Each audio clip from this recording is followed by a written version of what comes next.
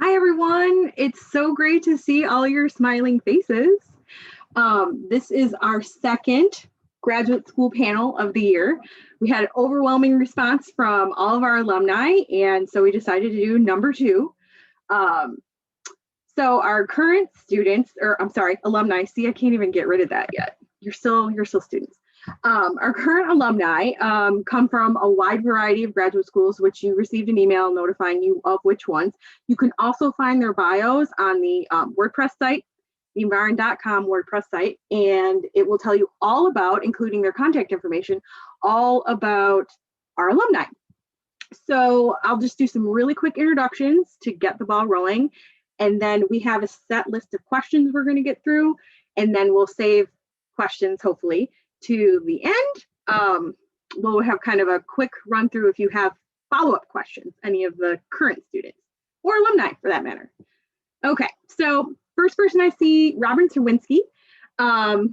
She was a PitE student when did you graduate? Sorry, I'm a horrible person. 2012. 2012, yes. And Robin did honors and was a Udall scholar. I don't think we've had a Udall scholar since.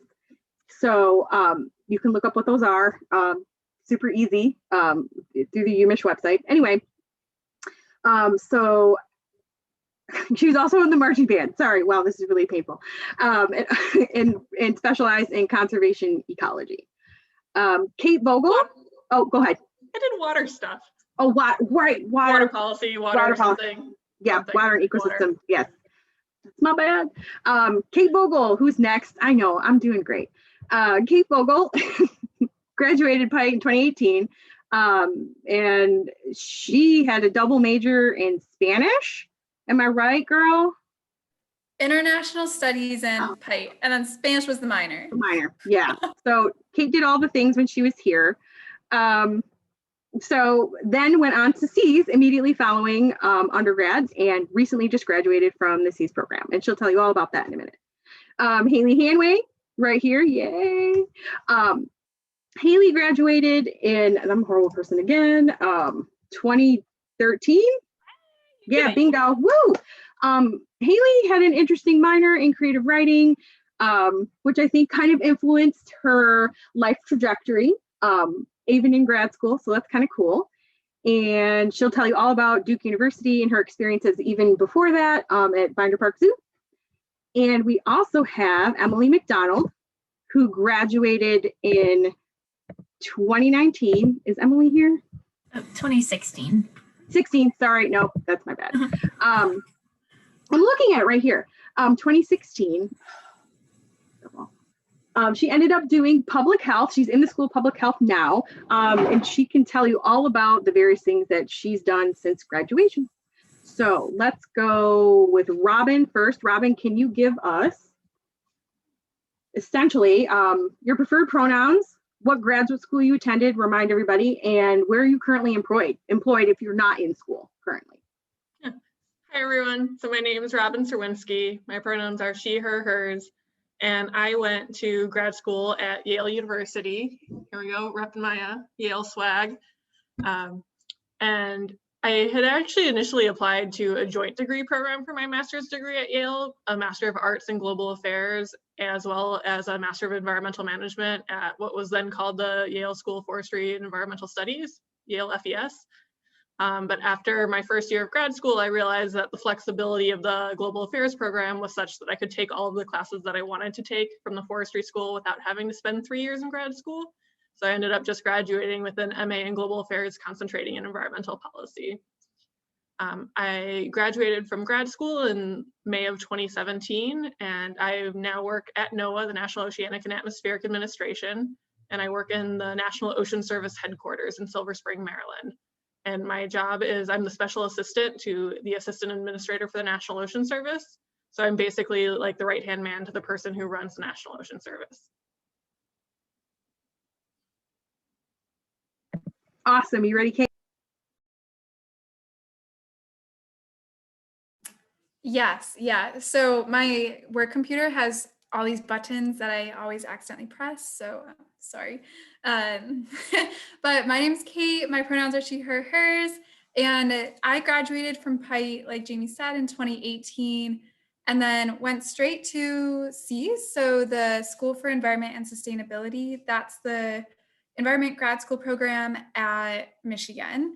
And so I still have my Michigan stuff on. This shirt's actually super cool. It says Michigan Happiness. Got it at the thrift store.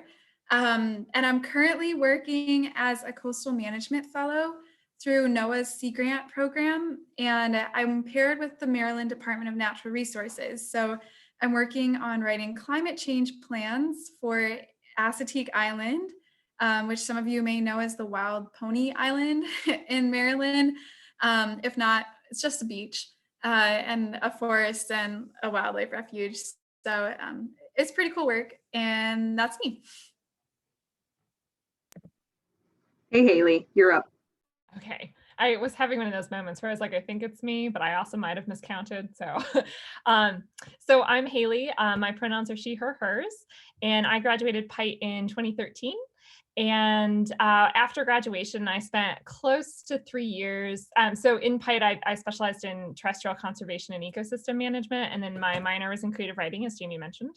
And then after I graduated, I ended up going to Binder Park Zoo, which I don't know if people are familiar in the area, but it's about an hour away from Ann Arbor in a town called Battle Creek. And it's essentially like it's a AZA accredited zoo, or accredited by the Association of Zoos and Aquariums. So it's like the highest level of zoo in terms of conservation. And they participate in a lot of like species survival plans and things, which was really cool. They had, you know, like endangered Mexican wolves that they helped rehabilitate, like the populations in kind of some of the southern states. So that was a cool experience. I was their horticulturist. And so they're about 433 acres of like wetland, oak hickory forest, and like Maple Beach and that sort of thing. So it was mostly a lot of ecosystem management, a lot of battling invasive species, which was horrific. And after I ended up heading up their department for horticulture, by the time I spent about a year as the head of their department there, when I kind of realized that I just really hated field work. So I decided to explore some other options. And I thought maybe more of like a management track might be more my speed, where I didn't have to wear 4 layers of pants and fight rose brushes all day. So I ended up going to Duke University for a master's of environmental management. And while I was there, I actually got really into science communication and realized kind of like all my hobbies and things that I had done throughout my life and at undergrad and stuff had really kind of just perfectly positioned me for that. So I currently, after I graduated Duke in 2018, I think. I swear 2020 has lasted a century, so it's hard to keep track, but I think it was 2018. And then I actually work here now. I came back to Michigan. So I work in electrical and computer engineering, and I'm one of their science communicators. So I just get to tell really cool stories about all the high profile research and cool things that they do. And you wouldn't think that it would like relate to conservation, but it actually really does. I just finished a story that just posted the other day about collaboration with EEB, and they, you know, basically place, like our engineers build these tiny little, the world's tiniest computer, and they glue it on the back of monarchs and they track their migration and stuff. So I got to write all about how that helps conservation and stuff. It was very cool. So anyway, it's that's what I've been up to. Thanks, Haley. Emily, you are up. Cool. Yeah, so I'm Emily. I go by she, her, hers pronouns. I graduated from PitE in 2016. And then after that, started working for an environmental nonprofit called Clean Water Action. And it was predominantly fundraising, which is essential for all nonprofits, but really not my favorite thing to do in the world. And so I did that for about 2 years, and then I decided to do kind of a pivot, and I ended up working with Planned Parenthood in the call center for about a year. And that was really cool. I just got a lot more interaction with people, which I realized was something that I really wanted. And then after that, I went back to, I'm currently at U of M. I just walked right down the road, and then I'm in SPH, and I'm in the Environmental Health Science Department in the Environmental Health Promotion and Policy track. I'm currently in my 2nd year, so I haven't gotten a job yet, but that's coming down the pike in just a couple of months. Thank you so much for sharing all that info. I want to introduce Chris Posa. He is my co-advisor in PitE, and he's going to ask the next question. Hello. Thank you all for being here. We got a lot of people in attendance. I like it. All right, so jumping right in, we have a good range of environmental related professions, fields, areas. So what got you all interested in, I guess we'll say your current field, but just kind of like in general, what you're interested in. So what got you into those interests? Sure. So when I was an undergrad, I remember I declared my PitE major my first semester of undergrad as a freshman in the fall. And I had a conversation with my parents about it. And my father accused me of majoring in PitE because he said that I like to go camping. And I said, I do like to go camping, but I don't see why that's not a reason to major in it. And throughout, I always kind of thought that I wanted to work in environmental education. The summer job that I had every summer that I was a PitE student was I worked as an interpretive park ranger up at Sleeping Bear Dunes National Lakeshore. And I thought that I wanted to do environmental education. I like spending time in the field. I enjoy talking to people about the environment and using communication skills. But it was, a couple summers into this gig that I was realizing, I don't feel like I'm having the impact that I always thought that I wanted to have. You realize that like 30% of the questions that you're answering of aspiring young scientists is just like, where's the bathroom? And that gets a little tiring. And I also realized the kind of lifestyle that it takes of being like a seasonal park ranger and traveling all around the country looking for a new job, trying to, land that permanent park ranger gig, which is hard. And I also felt like there was no way for me to track my impact, right? Because I did informal environmental education, so I would see people one-off and then never see them again. So was the work that I did it have any meaning to it? And it was really hard for me to know. So I kind of decided I wanted to make a shift and use those same communication skills and education skills, but instead I wanted to educate policymakers. And I wanted to be that bridge between scientists and policymakers. So I ended up pursuing a Bachelor of Science. I made sure that I got my PitE degree was a BS, even though I never intended to go be a natural scientist. And when I did my honors thesis, I did it in a very scientific technical field because I wanted to have that experience as a scientist as an undergrad so that I could then go kind of gather a new set of policy skills and enter into the policy world as someone with a very solid grounding in natural sciences.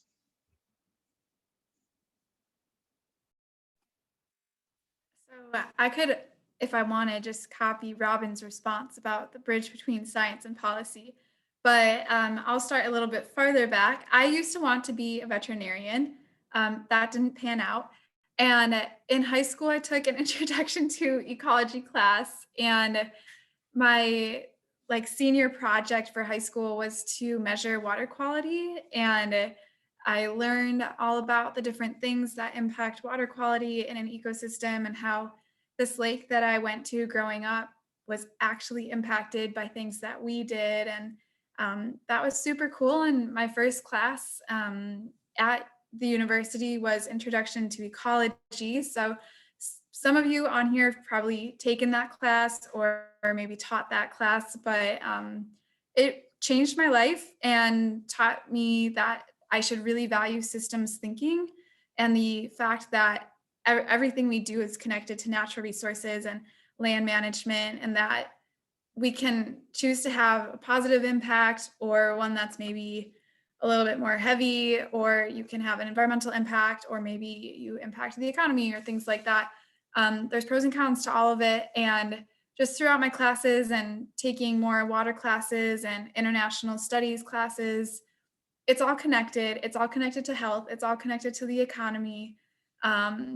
It's all connected to pollution and mental health. And water, I think, is the main driving force of so many of the things that we have today and so many of the actions that we can do today.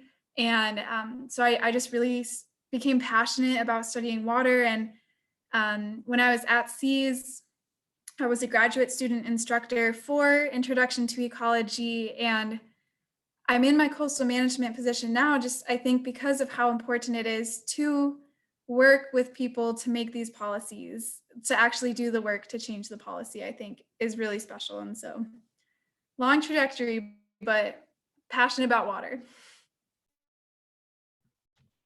Yeah, I think I have somewhat kind of similar journey.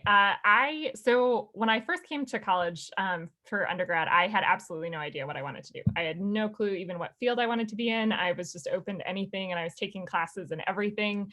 And the summer after my freshman year, I did a summer program called International Student Volunteers.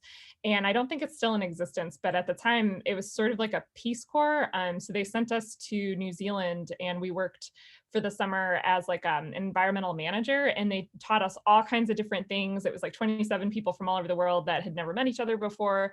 And we lived in the middle of nowhere in the North Island, and had no cell service or anything, no internet. And it was like one of the most like transformational, like amazing trips I'd ever had. And I was, a lot of what I really engaged with was actually, ironically, the field work. I was really fell in love with the idea that like you could make an actual concrete change. I had always really cared about the environment growing up, and it was just really cool to kind of see your hands-on work pay off immediately before your eyes and be like, wow, I actually like made a difference. Like I actually helped something, helped a national park or something like that. It was very cool. So that's why I decided to major in PitE. And I think I had a really like a tunnel vision kind of approach to things, where I thought that was the only way I could engage with the environment, is if I was actually out in it doing it. And I kind of kept all my hobbies and stuff as exactly that, just hobbies. So, the minor in creative writing, and I always tried to put like photography and videography into all my school projects. And I was really active in theater on campus. I was part of the group Basement Arts, which is up on North Campus. So a lot of, public speaking, public performance, and all that kind of stuff. And I always just thought, oh, that's just for fun. Like that has nothing to do with a career. Like I could never do that for real. And after I did my fieldwork for a while, and when I was in grad school, my first semester, there was a small, like just a like 2-credit like science communication class. And I just took it because I thought, that would probably be helpful to know about at some point. And I just was like, epiphany, like this combines literally everything I've always wanted to do, because it was like having, I got a Bachelor of Science in Terrestrial Management here, and really, really focused on the hard, natural science part of it, the technical part. And had spent years working sort of as this sort of quasi-scientist. And I was like, oh, that's actually really helpful for a science communicator, because there are so many of the issues in our world today are people who don't understand or connect with science. There's so much science miscommunication in the world that causes so many problems that, Kate and Robin have obviously probably know even more about. On the policy side, is like half the battle is the public perception of what you're doing, and it's not even what you're actually doing, and a lot of that comes down to science communication. So I kind of just had this realization that I had this very unique skill set that would be really, really good, that could be really effective in terms of like maybe helping the public sort of understand more of the things that are actually happening and how science actually works and what the actual research is about, and why all of this is so important, and why you should care, and why you should vote accordingly, and why you should give money to research organizations and all that kind of stuff. So it's just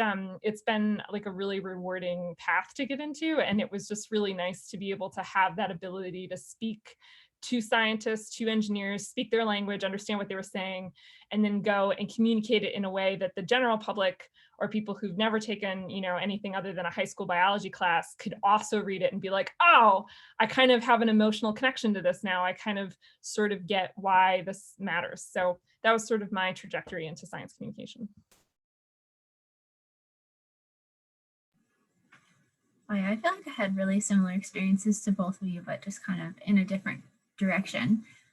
So in undergrad, I did both PitE and economics. I double majored in them.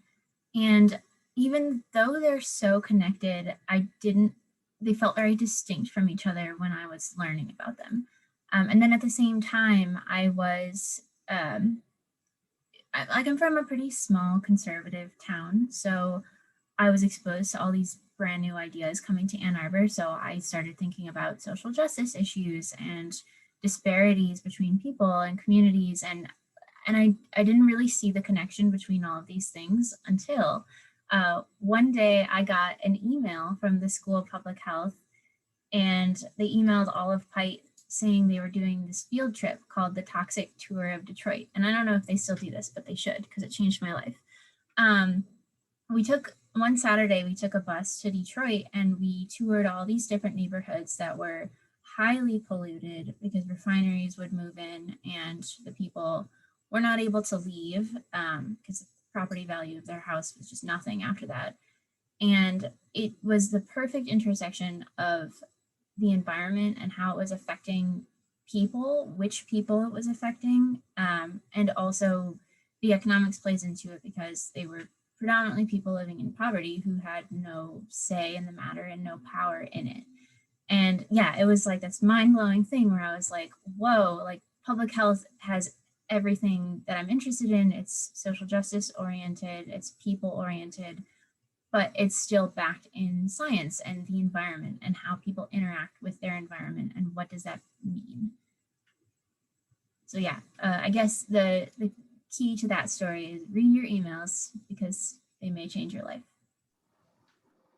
Thanks, Emily. Okay, now I want to introduce Kate Walsh. She is a peer advisor in PITE, and she will be asking the next question. Hi, everyone. So some of y'all already started touching on this, but what was your dream job when you were an undergrad, or kind of what career goals did you have during your time as a PITE student?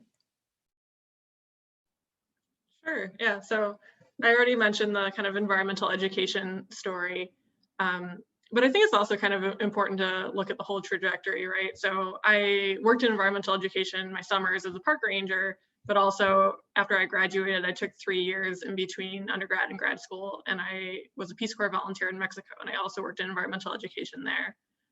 So that kind of helped solidify to me how much I didn't want to work in environmental education, but it helped me understand that I wanted to get that kind of global affairs, international development component to my education as well. And it wasn't my dream job as an undergrad, but my dream job as a grad student was actually to be a special assistant to a high-level government official, because one of my professors in grad school, Professor Dan Etsy, he taught environmental law class at Yale, and his first job out of law school when he was young was he was the special assistant to the head of the EPA. And he told us all these great stories about what it's like to be literally the gatekeeper to, you know, someone who's making decisions. And the first week that he was a special assistant on the job, someone came into his office and said, "Hi, we need to speak to the administrator. You know, there's this oil spill that happened," and he had to make the decision, do I let this person in to speak? You know, the administrator is a busy man. And it turned out that the oil spill that they were talking about was the Valdez oil spill. So absolutely, that was a big deal, right? So it gave him a perspective to see, you know, like what happens at the government level. Like you get to see external partners, you get to see how government operates at a very high level. And so you know, that was my dream job as a grad student then, was I wanted to go become a special assistant. And I'm very fortunate that I was able to make that happen. So that's exactly what I do now, but for a different agency at NOAA.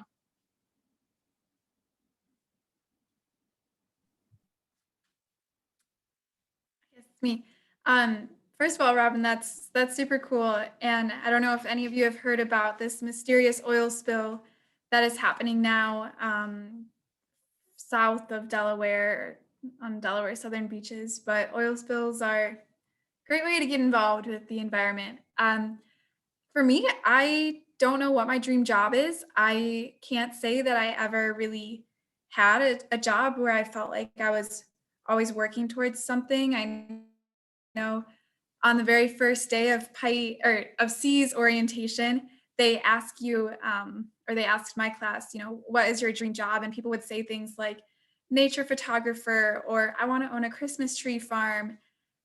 And I didn't know what to say because every job that I had while I was a student at PITE and after I graduated has just been such a fun, perfect, engaging job that my dream is to just be happy in whatever I'm doing, I guess. And so after I graduated from PITE, I actually worked in the Dominican Republic for 3 months. And I was a program leader, kind of similar to a camp counselor on these education and conservation programs where we did hands-on projects that went for 3 or 4 weeks.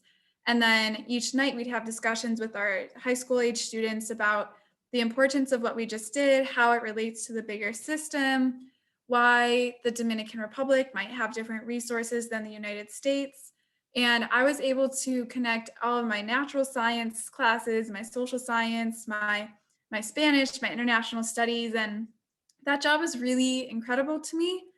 But I applied to the Peace Corps this year. I got accepted and turned it down because there's other opportunities too to expand certain skills at certain times. And I think you can still have a lot of fun in jobs that maybe aren't your dream job, or you take jobs that end up being your dream job. So I think just like whatever you're doing and you'll be set. That's how I approach it, at least. I love that, Kate. I totally agree. So when I was an undergrad, I didn't really have I feel like some people have like a specific organization that they've always wanted to work for, like the Nature Conservancy is their dream job, or the National Park Service or something, which are very cool. I would have been happy at any of them, I think. I just wanted to work somewhere where I could be like in the field and doing ecosystem management. And I got my dream job, that was my dream job. And, 3 years later, I'm like, haha, that's not my dream job, it turns out. And then with this particular position, because I had, odd jobs here and there on the other, bookending that. And I did like an internship with the Land Conservancy of West Michigan in between my graduate years. But my current job in electrical and computer engineering, I never would have put that down as like a prospect. I don't think I had ever even heard of electrical and computer engineering. I was like, it's engineering. Like engineering is just engineering. And it's been, honest to God, like the best job I've ever had in my life. Like I love what I do. I love the subject that I get to talk about. It's so broad. I learn stuff every day. I love my coworkers. We have a lot of fun. Like it's just, it's really nice to have benefits. Like, I mean, there's a lot of perks to it that, I love what Kate says about how you don't necessarily know that your dream job is your dream job until you kind of just try things out and you're willing to, follow different paths and, just kind of see what happens. So yeah, I mean, this was definitely something where it's like, I tried it and I was just like, this is amazing. So for right now, I'm just really enjoying the moment, seeing kind of like, I don't have any plans, I'm not looking for other jobs right now. I'm just like, no, I'm just really happy where I'm at. There's still a ton to learn and do here. And kind of see, where it might take me. But yeah, it's definitely something that I've being a science communicator is definitely like where I'm gonna stay, I think. Yeah, so pretty much the same. I didn't have like a dream job other than, I guess, having a small scale farm that I can feed myself, but that's probably still down the line. Yeah, I never really had a dream job just because my interest and my just sort of trajectory changed so much. So every other week I'd be like, oh, well, maybe I want to work for the World Health Organization, or, oh, well, maybe I want to like run for office somewhere. Yeah, I think exactly, as long as you are just continuously growing and you allow you be flexible and you allow your career interests to grow with you, I think you can make any job within reason your dream job, but I think it's totally fine not to have one and to just take opportunities as they come. Thanks, everyone. Kind of a follow-up question to that. Some of you got into this, but how did your dream job when you were in undergrad, I say that in quotes, your very important interests that you had in undergrad, how did that translate to choosing your graduate school?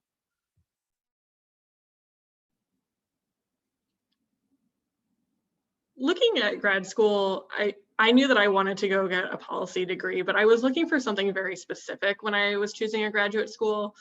And I think it really depends on what you want to go to grad school for, right? Like if you want to go become a fluvial geomorphologist, then you need to go get a PhD in fluvial geomorphology with a great fluvial geomorphologist as your advisor, right? But that's not what I wanted to do. I wanted to go work in the policy field where I needed to go be a jack of all trades. So I knew that I had that, you know, natural science grounding in undergrad, but I needed to go develop my soft skills as a graduate student. And I considered a couple of different graduate programs. And one of them, there was a professor there who did research that was right in line with my research interests. And I was very tempted to go there, but then, you know, what if I went to that grad school and the professor that I wanted to work with went on sabbatical, right? Then, you know, the rest of the program wasn't quite as strong. And I knew also that I didn't want to go become a scientist. I knew that I wanted that broader experience. So I looked for a graduate program that could give me the soft skills that I needed to succeed, right? And I did a fellowship program after grad school that had, you know, fellows from grad schools across the country. And I really realized the value of having that soft skill education when I was in a fellowship position, because my graduate program at Yale, you know, it's an Ivy League school. They have a lot of resources, right? And, you know, it's a certain culture at an Ivy League. But they taught us how to network. They taught us how to go into a room and work a room and how to make connections with people. They taught you how to maintain a network and maintain a database and how to connect with people on LinkedIn. And they explicitly taught us a lot of things that other people just kind of think that you'll learn on your own. And it was a dedicated part of the curriculum. And that's such a key part of my job now, or at least it was prior to the pandemic, was to be able to go into a room and, having looked up people in advance, know who the key stakeholders in that room are and go make connections and then introduce them to my boss, right? And be able to do those sorts of things and have the confidence to do that and have the know-how to do it and know how to carry yourself and know how to behave. So I was looking less for specific classes in graduate school. I wasn't as interested in professors, but I was looking at the whole package deal, right? What kind of resources did their career office have? What kind of placement rate did their students have upon graduation? Where did their students go work, right? And I'm not looking at like how much money do their graduates make the year after school. That wasn't my top concern. But are students able to find, you know, to navigate the work landscape to find a place where they want to go? And so that was what was most important to me when I was choosing my graduate program. So my experience was pretty different. I found out about my job in the Dominican Republic in probably February or March, and that was a 3-month position. And at that point, I didn't know what I was going to do. I didn't know that I was going to go to grad school. I knew that I loved learning and I love school so much. I had some applications out for positions that were 9 months long, 10 months long, but I hadn't heard from them yet. And then I got an email from C's that said, we're going to waive your application fee. You should apply. And I lived at home in Ann Arbor, and I knew that C's had a great program. And I remembered it as SNRE, and I could still work in the Dana building. If I was going to apply to other grad school programs, I would have applied to Duke and Yale and probably one in California. So you've got the whole great panel here. But when I looked up the grad schools, I knew that I liked teaching. I knew that I was interested in water. So I looked up the C's professors. I searched for the word water. I searched for the word coast. I searched for policy, highlighted all the professors that had those words, reached out to all of them. And one of the professors that I met was just like so spot on with my passions for teaching and adaptive management and science. And we just totally hit it off. And I knew that there were teaching opportunities at Michigan. And so it was a great decision. It was an easy decision for me, which I'm really totally lucky to say. It's a unique situation, I think, but that was it. I specifically searched for water opportunities and knew that they were going to start getting more water professors. And so I was able to benefit from some of those classes before I graduated. I feel like you guys did a lot more preparation than I did. I probably should have done a lot more searching. For me, when it was ecosystem like conservation and management, I was like entirely just focused on what's the best program, like what's the highest ranked program. Not necessarily because I was like that interested in like the whole experience. I just thought the goal of getting a master's degree is to get something that makes you attractive to employers. You know, I wanted something that was going to be very trustworthy, something that people would see it and they would be like, okay, this girl's got, you know, the resume, like we'll take a look at her.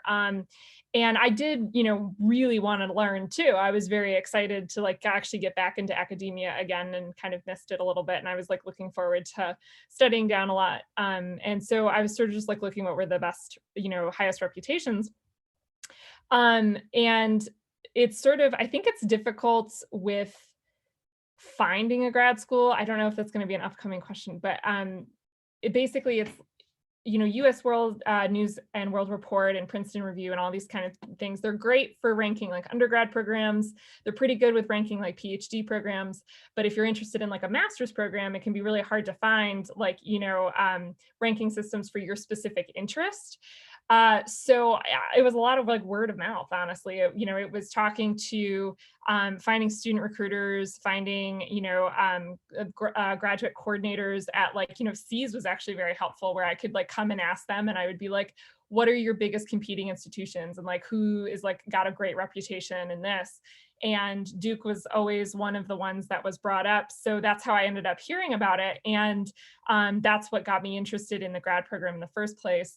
When I got there, I started hearing more about Yale and UC Santa Barbara. And I was like, oh, I didn't even know that either of those were options for conservation. And I kind of wonder if I had known about that sooner, if I would have applied, if I would have gone there, you know, something. Funny how those like turns in life, you know, kind of change things. So yeah, and I think just sort of to answer one of the questions in the chat from Akriti about having like lots of interests and options. So I didn't go to grad school until I knew what I wanted to do, because I felt like, especially for like a master's program, you only have 2 years. So you don't really have the same flexibility to play around. And that's why part of the reason I went directly into work first. So that's always an option for you. And grad school is so expensive that I would almost encourage you to consider internships, to consider jobs, you know, things like that, and do those first in what you're interested in, and kind of see which of those opportunities you really enjoy or like. And once you kind of get an idea of like the career that you would be more interested in, the subject, then start looking at grad programs that are good in that. And look at, you know, like what Robin was talking about, like what's important to you. You know, is it the professors that are there that would be teaching? I didn't care about that as much, because for a master's program, I'm like, I'm not working with them as an advisor necessarily. Whereas if I was going into a PhD program, that's probably the #1 most important thing by far, right? Is, do I like my advisor? Do I have like, am I getting the right faculty advisor? So yeah, I would definitely not rush into grad school. I would say only really go when you kind of have an idea of the field that you want to go in, and that's where you should go to put all your resources. And you know, even I still pivoted a little bit in my grad program, but I had the flexibility to do that because it was so related to what I actually ended up doing. But yeah, I don't know if that was a little wandering, but hopefully that makes sense. Yeah, I want to reiterate that. I definitely recommend waiting until you know what you want to do to go to grad school, because yeah, it's expensive and it's not a lot of time. And so really, really good point. And I think I kind of started from the same standpoint that Haley did, in that I started by looking at the top ranked schools. And that is how I decided where to apply. And then once I got a couple acceptances is when I started reaching out more to them, and responsiveness was definitely a big key, because if you're not willing to talk to people who are looking at your school, that's probably a good indication of like how much attention I would get as a student. But one of the biggest things for me, one of the reasons why I picked U of M was because it was such a flexible program, and U of M has so many really good grad schools. So one of the big selling points to this degree track was I can take classes in any Rackham school that I want to.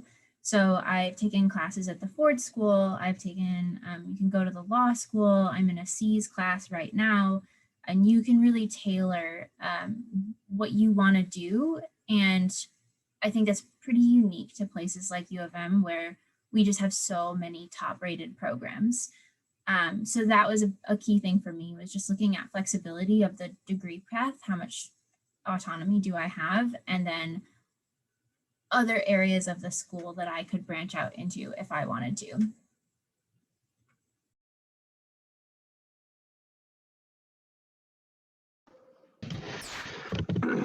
Great. So kind of going back to all those fond memories y'all have of being undergrad, if you could do it over again, what experiences or classes would you seek out, and why, in order to prepare better for grad school? So in what I learned from my time in undergrad and grad school and then in a career afterwards is that if you're going to grad school and you get a master's degree, it matters much less what you did in undergrad. And it's hard to hear that as an undergrad when you know that you're faced with millions of choices and you don't know how to spend your limited time. And like, what should I major in? What should I minor in? You know, and I know I spent so much time worrying about that as an undergrad, and now I'm like, my minor barely makes it onto my resume. Sometimes it doesn't at all, right? Almost no one looks at my undergrad transcripts when I'm applying for jobs at this point in my career. You know, it matters for you to become a well-rounded citizen and for you to take the time that you need to do self-reflection to figure out what you want to do in life. But like, you know, and you should follow your passions and you should take advantage of the opportunities that are available to you, right? You know, if you're interested in being an entrepreneur, like why not take some time to join some sort of club where you can develop those skills, right? But like, I know I spent a lot of time worrying like, oh, should I take this, you know, environment and culture class or this other environment and culture class? And what matters is that you become a well-rounded individual, right? So get that kind of like baseline understanding, you know, if you want to get a Bachelor of Science degree, get a Bachelor of Science. If you want a BA, get that. And then if you want to go to grad school, then you can use your graduate program to really kind of focus in and narrow down into a specific field, right? And that's where you can choose your specialty. And as other people have said, yeah, I think it's very important to take time off in between undergrad and grad school, unless if you're going to a PhD program, that's a separate conversation and you should look for other people than the 4 panelists here today. But if you're going into a more generalist master's program and you're planning on getting a terminal master's degree, then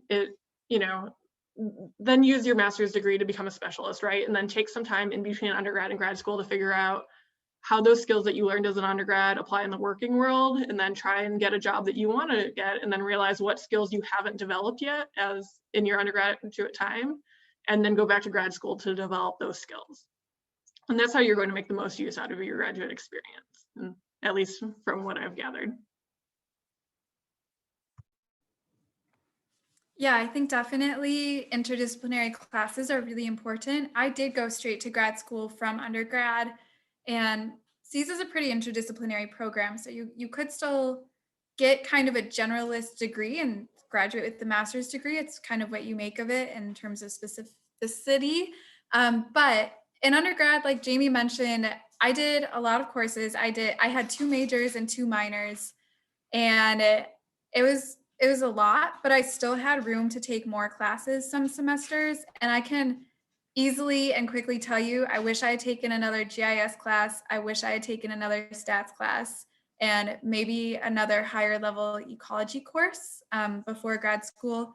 I know those all sound pretty natural science based, but you are never going to have a research project that doesn't include data analysis, whether it's social science or natural science. That is so important. And when I was in Stats 250 as a PitE undergrad, I thought my professor was super cool because she did cartwheels on stage. I wasn't thinking so much about the importance of those t-tests or why it should matter if you caught 10,000 fish of this kind versus 1,000 fish of this kind, and how do you scale your data? Gunderson. Yep, she's amazing. And so I think pay attention in your classes. Don't take them for granted. Don't just try and do it for the grade. I was a grade, whatever that term is. I was a gold digger for the graves. Grades, not graves. Sorry, that's spooky.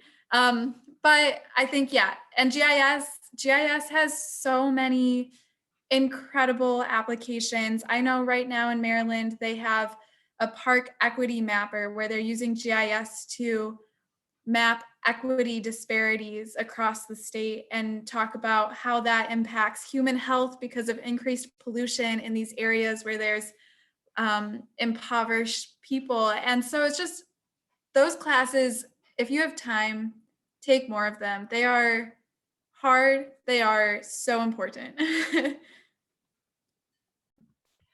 I think for me, I kind of echo what Robin was saying about don't actually care that about what you take in undergrad. And I would really emphasize, please take what you're interested in.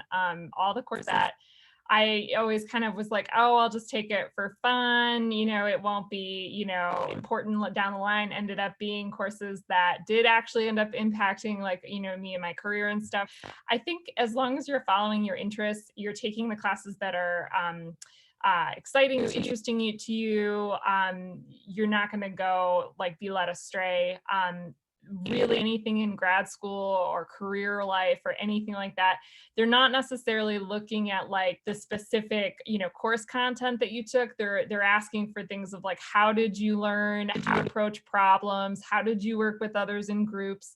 How do you think about problems? That whole critical thinking aspect. And you can pull that info from anything that you take. So as you're just taking what you like and what you're feel like is enriching you, it's going to be really helpful. So I would say try not to plan too much or try to, don't worry about trying to guess what's going to be right for you 5 years down the road. Just do what feels good right now, and you'll be fine. I will say that as an ecosystem manager while I was working, I did multiple times curse myself for not knowing soils. I was like, I don't know how I could be an ecosystem manager without obtaining soils. It's so critical. So I think that would have been very helpful. I think too about courses that I would have loved to have taken would have been maybe something in the food systems, just because it is such a big impact area of environment. And I think it teaches you a lot about interesting ways that the environment intersects with, social justice, environmental justice, how we've built our agriculture systems and how we've separated from the natural system, which can easily be applied to other fields. So I think that would have been useful. It would have been really interesting. And I've always thought to, like, being that we are in the Great Lakes state, it would have been really nice to have taken more like something along Great Lakes ecosystems, taken advantage of some of the Great Lakes Research Center. That's because we are here. So, those are things that I'm like, that would be really fun if I could go back to it. But I still think overall, it's really don't stress yourself out about what do I have to take right now. Just do what you like. And just a side note too, my grad school required us to take some of those like basic like GIS and stats. And I remember taking Gunderson's course and rocking it. I love stats. I thought it was really great, and I totally understood it. I was forced to take the same class at Duke. They've required everybody to take stats. And I think it actually undid my knowledge. It actually made me worse at stats than it was. I was really good at it when I went into the course, and I was really bad at it when they taught it differently, and it confused me. So I would say don't think too much and don't try to plan ahead too much, because your grad program is one where they're probably going to try to like provide you whatever basis you would need for the classes there. You don't need to do that ahead of time. And also a lot of master's programs are for people who have no background in the subject at all. So you will be fine, especially if you're going into the same subject. Like I was like, oh, I've done all of this in multiple times. So it wasn't anything that I felt like, oh, I'm going into the deep end here. It was like, oh, this is pretty basic. So Yeah, I totally agree with all of that. I want to say too, I think what you do is less important than being able to market what you did. So I think any opportunity that you have, you're going to gain something from it, regardless of what it is. And being able to communicate that to an employer or to a grad school is, I think, more important than what you actually did in terms of like getting a job or getting into a program.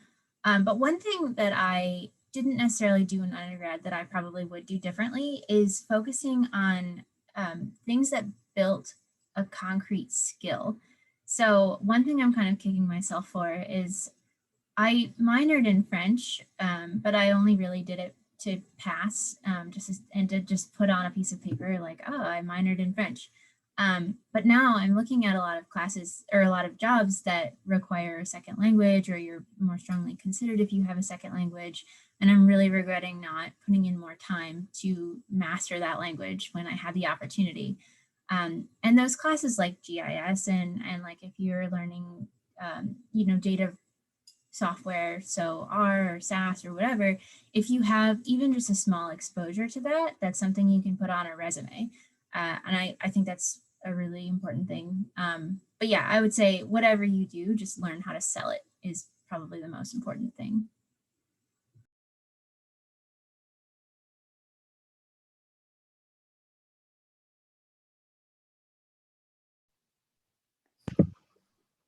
So thinking about the things that y'all did when you were at school, so whether it was clubs, classes, research, any kind of experiences, I think Robin mentioned, students have limited time and limited experience. What kind of concrete examples of stuff you did help you in pursuit of your graduate degree, or you were able to market when it came to your schooling or your career, and kind of maybe what was something that didn't help in that regard? Sure. So my honors thesis, I looked at the breakup of ice shelves in Antarctica and looked to see any sort of relationship between the rate at which ice shelves were breaking apart and other environmental factors that might be related to climate change. And it was a very technical project.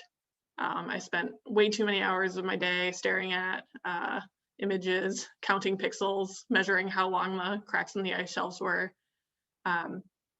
But I had a fantastic advisor when I did it. My advisor was Jeremy Bassis. He's still there at AOSS in the engineering school.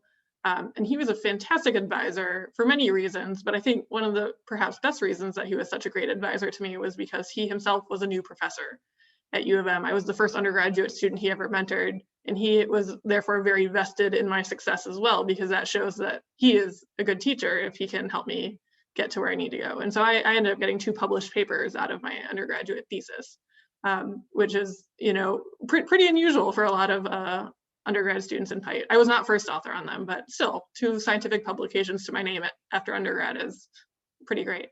And I know that, I had some sort of cheeky phrase in the opening sentence of my grad school personal statement, like, I'm probably the only grad student who's ever applied to the Jackson Institute at Yale who's published in the Journal of, Glaciology. And that actually made me attractive to some of the professors at Yale, because they wanted a student who had those technical scientific skills, excuse me.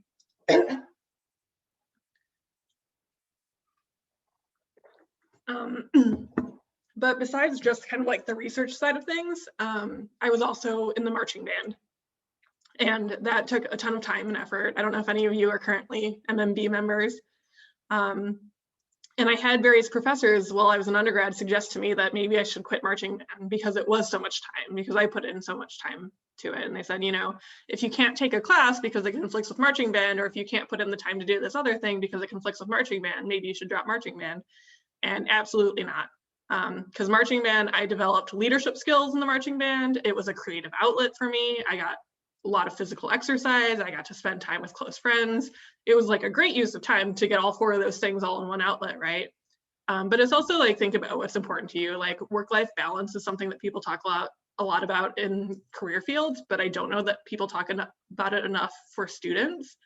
And I think it's important to like take care of your mental health and make sure that you are a happy person.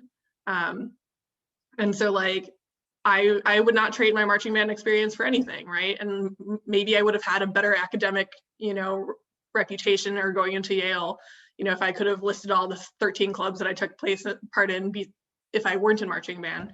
But like, it didn't hurt, right? You know, I got into a great grad school without having been in tons of different clubs, and I never was the president. I never founded an NGO in undergrad, never did any of that stuff, right? But I still got into a really great grad school. And it's also something that like people really like, you know, it's listed, I had it listed on my resume for many years. I don't think it's on there anymore, but it was like, oh, people are like, oh, what instrument did you play, right? And then you just come across as a real genuine person. So I think it's important, yeah, so do things that will make you stand out, but also do things that make you happy.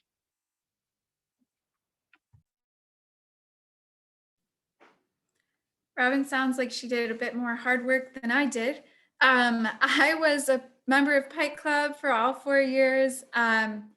Definitely had a huge impact on my life. It was awesome to get involved with that right from the start as a freshman, because I met people, we had fun events, and then also it gave me a lot of great volunteering experience. And when I got my job that I did this time, I pretty much only talked about my volunteering experience in my job interviews, actually, which really shocked me, because I didn't have it on my resume at first. And when I first applied, the director of Sea Grants said, like, do you have any volunteering experience? And I said, yeah, I've been volunteering for 8 years. And he said, where is that? And so definitely volunteer, join PitE Club if you can, or just any sort of club where you get this leadership experience, or even if you helped plan the event, if you're on a committee, that is so important. And then I was really involved with my dorm too, leading initiatives from campus, and my dorm, I think, was also a great way to bring things together. So my two main things were, I was involved with my dorm for 4 years in PitE Club, but in my dorm, I had 3 jobs while I lived there. And in PitE Club, I think I had 3 or 4 different leadership positions. Who knows? We were all in the positions at some point. But I mean, those were the 2 best things from undergrad, and they were the things that have really impacted my experiences in classes to this day. Yeah, just to kind of reiterate too, I love what Robin said about like do what makes you happy, because like that, yes, absolutely, that it doesn't matter what it is that you're doing, even if it's not like specifically related to your field. There's so much out of it.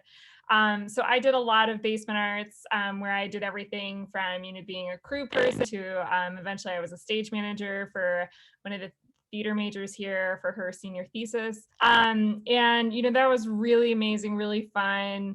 I was the president of an ACT, which I don't know if still exists anymore, but it was Environmental Action is the club that actually founded Earth Day, the real National Earth Day. They did the first ever teach-in back in the 70s. So I was president during its 2012, 2013 season, I think. So I did stuff like that. And, you know, there's like study abroad at Oxford and stuff that I've done, especially with like what I studied at Oxford in that study abroad program, which was like climate change. And so I talked about all that kind of stuff. I didn't have to do any interview process for my master's degree. It was more of just a written application of like, what are your leadership skills? What are your specializations? And like, I think also being the fact that, you know, again, I had worked for almost 3 years and was like the head of a department at that point. You know, I really pulled a lot in that regard too as a professional. I was a peer advisor at PitE, which I think I mentioned in the application materials and stuff. So you know, there are things like that, but it's like, again, it's just sort of like whatever you do, be happy, whatever you're interested in, just you can find a way to work that into your application materials and like why appropriate. And I'd say probably like a third to half the people in my program had never done any environmental related at all. You know, they were coming from strict policy backgrounds, they were coming from engineering, they were coming from entirely different fields. You know, they'd worked on, you know, all kinds of businesses. So it's really not important, I think, much to say, oh, I need to have, you know, X, Y, Z on my resume. It's really more about like, can you say your passion for what it is that you want to do in the master's program? Like, why do you want to go there? What is it about their program that matches your goals, your ambitions, and how is it to have, you know, the right, you know, attitude and problem solving abilities and things gained from all kinds of cool stuff, you know, that you can draw on to use that for materials. One thing I'll add on to all of that that hasn't been mentioned yet is I did work study all through undergrad, and that was surprisingly useful for me, other than just to give me food to eat and stuff. Um, I learned all of the workplace etiquette. I got to make all of those mistakes about how to dress professionally and just like how to act in an office when it was super low stakes, and that was cool. And I also got to know my boss over the course of a couple of years, and so I had a built-in recommendation right there, which ended up being really useful. And I still call on her and say, "Hey, help me out." And yeah, I think it, while the skills you might gain from, like, I was a receptionist in the econ department, and the skills that I gained professionally might not have been that great, like filing these papers or making copies or doing inventory. That in itself wasn't necessarily that useful, but just getting used to the setting and making contacts in the department, that was useful too. So even if it doesn't seem directly applicable, I think you can pull things from whatever you're doing. So if you are a work study student, know that that's helpful. And especially because a lot of people who didn't work during undergrad or before, they graduated and didn't have anything to put on their resume. And I know that's very stressful for a lot of people, but if you do work study, you have built-in job experiences before you even are on the market, really. So I would say that's a very useful use of your time if you're doing that. Thanks, everyone. Those were super awesome answers. I'm so excited for students to hear them. You know, it's recorded. So my follow-up question, very specific, is how did you ask for letters of recommendation? Who did you ask and why? Sure. For me, when I graduated in 2012, and I knew that I was joining the Peace Corps, and I knew that I wanted to go to grad school for some subject sometime down the line. Didn't know where, didn't know when, didn't know what I was going to study. But I made sure I asked for letters of recommendation before I graduated, right? And I'd had a few letters of recommendation from a few professors for the Udall Scholarship and for other things that I'd done well in undergrad. But I let all the professors know before I left campus that, hey, I'm planning to be applying to grad school. I would like to get a letter of recommendation from you at some point. And most of them kind of like drafted a letter of recommendation at that point. And I don't know if it's still a thing, but at the time, the career office at U of M had a reference letter service where they could upload letters, and so that you don't see it as an applicant, right? But they're kind of like stored in the cloud, and then you can access them later when you're ready to apply. So they wrote the letters of recommendation in 2012. 3 years later, I was applying to grad school, and they were able to kind of just like pull those down, update them with, you know, fresh date and signature, and send them off. And, you know, and provide some updates on what I'd done in the interim as well. So I think it's really important to ask, will you still know people, and will you're still maintaining those relationships, right? And who to ask? I mean, it really depends on what kind of graduate program you're going to, right?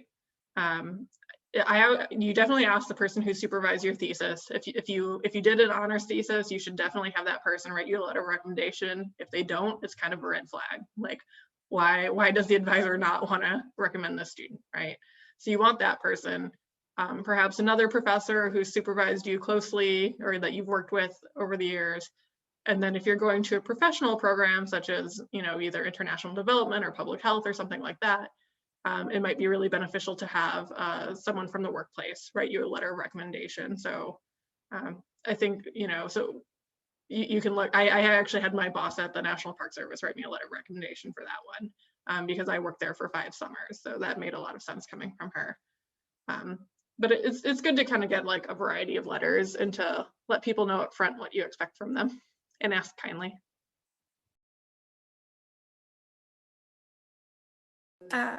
Okay, sorry, I lost the mute button again. You know, it's funny, I applied to grad school only 2 years ago, and I don't quite remember who wrote me a recommendation letter, except for I know Jamie was one of them. So thank you, Jamie. I think, so Jamie was my academic advisor and friend, But I think your academic advisor, if you're close with them, can be a valuable asset because they know all the classes you've taken. They know, they've followed kind of what you're passionate about. They should know kind of your reasoning behind why you wanted to take courses because they helped you set your schedules. And so I think that's a really important relationship or contact to have. And then I'm pretty sure that I just asked the professors from classes that I was passionate about because they knew that I did well in their classes and was interested and participated. And so then they were able to speak to my interest in the subject that I was applying for grad school. So I've pretty much for the past 6 years asked the same 2 or 3 people for recommendation letters. Sometimes it's my Spanish teacher, sometimes it's my hydrology teacher, but I've been really close with my professors. And so I think it takes work to build those relationships, but it's totally worth it. Yeah, I kind of wish I had done a little bit more because, take advantage of office hours and, most of the professors are just like super cool and down to earth and they're fun to talk to. So one of the professors I asked is I did Camp Davis and I felt like I did a different course than most people take. Most people take the geology one. I took like the history and literature of the Rockies, which was taught by Greg Crane, who's the former head of PitE, and Philip Deloria, who was amazing. They were both amazing. They were incredible. But Phil was like the dean of LSA, and he was just sad, yeah, because he's probably gone now. Jamie says the course is no longer offered. But so Phil was the dean of LSA, and I felt like, we spent like, well, with him, I spent like a week and a half like trudging around coasts and climbing Mount Cream Puff and doing all that kind of stuff. So I felt like pretty confident after having like 8 hours in a car with him that I was like, we know each other fairly well. And I kind of kept in touch with him over the like year or so after that I had done that program. And I written me a couple of recommendation letters for like my study abroad program and a couple of other things. And there were a couple of times where I would touch base with them and just be like, hey, do you want to like, get lunch or something and catch up and stuff. So he's such a sweet guy that, we would go and I'd like to chat with him in his office or something, like an office hour kind of situation. So I felt fairly comfortable asking him for a recommendation, which he was very graciously did. But I also had that feeling too that Robin did, where it was like, I don't know, like I'm not going to go directly into school. I don't know what other programs I might need a recommendation letter for if I do something else.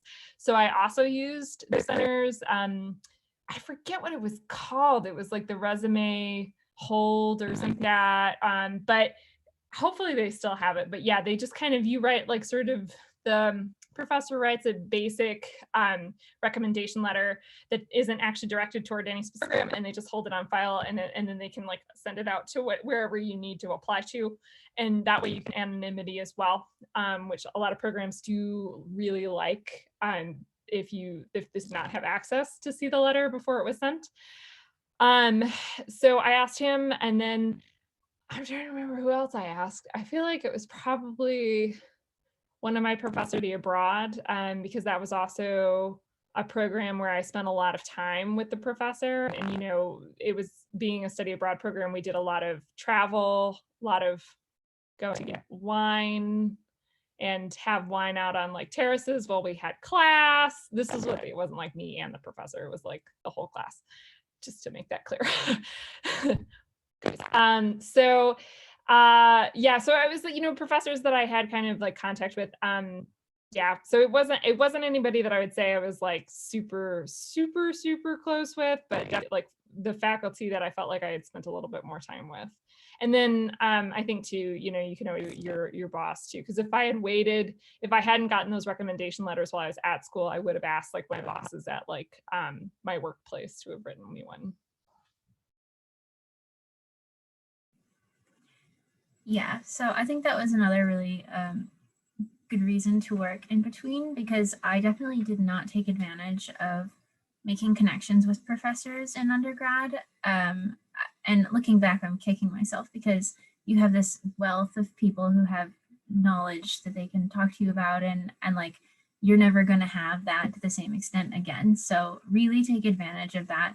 Go to office hours, even if it's just to say like, hey, I thought this point you made in class is really interesting. Like, let's talk about that for a couple minutes. And so I did include one professor in my letters of recommendation, but mostly it was bosses because I had taken 3 years in between undergrad and grad school. I felt like they just had a better understanding of who I was and where I was than my professors in undergrad. So I think it just depends at what point in your path you go to grad school. If you are still in undergrad, professors are obviously a great resource. But if you are planning on working for a while, which again, I recommend, then yeah, bosses are really good and they tend to know you pretty well because you work with them every day.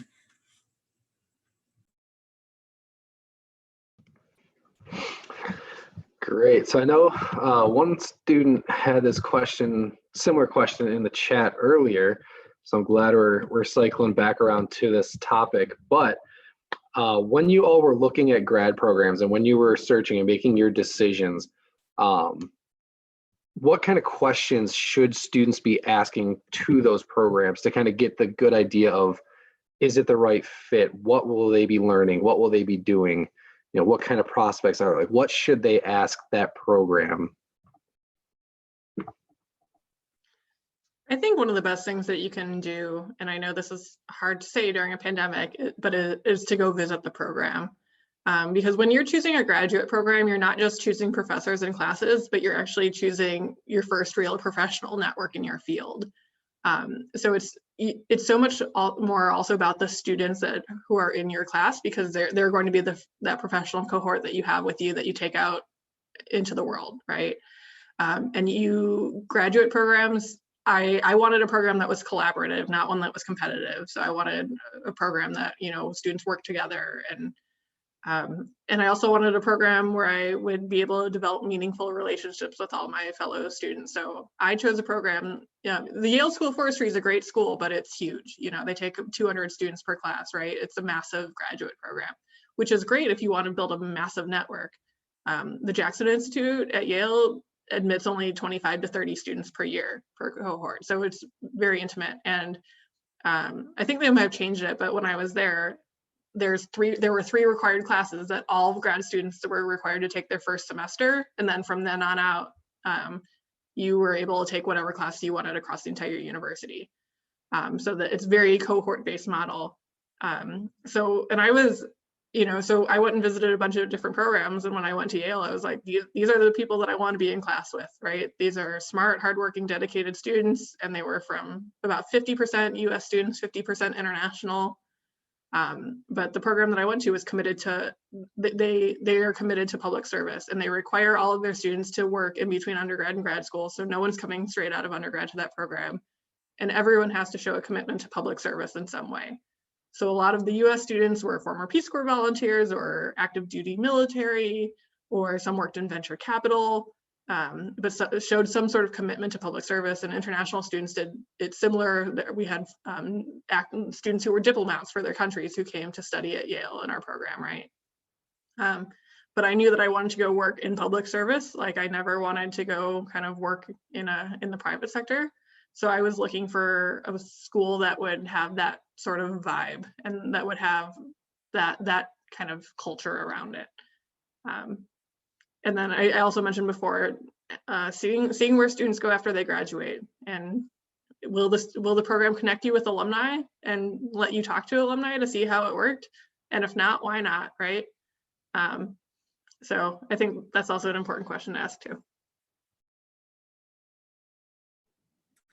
I think Robin brought up something that's really important, and that's what other opportunities will you get from being on that campus? So Michigan has the Sea Grant. They're really close to some NOAA offices. If you're interested in water, there's the Cooperative Institute for Great Lakes Research. They have fisheries building and engineering, and so many opportunities on campus where you can meet those people and network and get involved with that. I think something that is really important that was mentioned earlier is, if you find some professors that you'd like to connect with at any grad school program, are they actually going to be there? Are they going to be around? Will they be there to answer your questions? Or are they going to disappear and never respond to your emails? So, I mean, like academic advisor in grad school, became a professor of my classes, became my project advisor, and is now a close friend to me. And I could just walk down the hallway and sit in his office for hours. And that was awesome. And the person next door to him, never there. His students could never find him. And so it obviously changes, but you have to make sure that the professors that you're interested in working with are also on board and want to work with you, because it's a mutual relationship. They're advising you and they're helping you, but you're also helping them maybe with their research, with their reports in their lab. And so that's really important. And then I think class size is important as well. C's has recently expanded a lot. SNRE, its old name, used to be quite a small, intimate program, and now it's much larger, but there's different tracks. And class size is important because, you know, it's just that one-on-one feel still. Like, will you get to talk with your professors, or will you feel like you're kind of being rushed through courses? So I think those things are all important. But again, for me, I had a little bit of a different experience. I got to live at home. I took the bus to school. I was with professors on an area that I already knew. So that's totally awesome. But also, are you going to challenge yourself to branch out? Maybe this is your one time to move across the country and get those funding opportunities. Oh, funding opportunities are so important. Ask about them, because I had a good feeling coming into school that I might get a GSI position since I was a PitE student. But there are a lot of people who I think come in expecting I'm now getting a higher degree and I deserve funding. Well, we all deserve funding, but your school might not offer it. And that can create some tension. So make sure that you're asking about funding and very aware of it, because you can't just expect money to fall into your lap now that you're pursuing a master's degree or a PhD. Yeah, I completely agree. And kind of bouncing off of that, so I did get a GSI position, but unlike Michigan, the GSIs at Duke are not unionized. So I had my idea of what a GSI got was extremely different than what I got as a grad student. So I think asking about that sort of thing, is the relationship between student and faculty is important, like, or student and the school is very important. What is going to be expected of you? If they tell you, even if it's a good opportunity, like you have a good chance of getting a teaching assistant position, make sure you ask what actually are the benefits of a teaching position, because they're not uniform across schools at all. Like, it is a very different beast. In even different programs, you're going to have very different, like at the same school, like in different departments, you're going to have a very, very different. So just kind of making sure that when you're asking about things like funding, thinking about things like job opportunities, you know, credit hours and things, that like you're just making sure that what their answer is, that they explain what it means, because it means something different to them than what it means to you and where you came from. So that I think is important. I think I agree completely, you know, with what both Robin and Kate said about just, you know, finding the student body, the vibe there, you know, trying to see if like that's a place that seems like you would kind of get what you want, but you know, by talking to students and seeing how they experienced it. I would caution that don't put all your hopes on that. I feel like I talked to a lot of students when I went there on my visit day, and my impression that I left with from the visit day was actually quite different than my impression when I actually the program.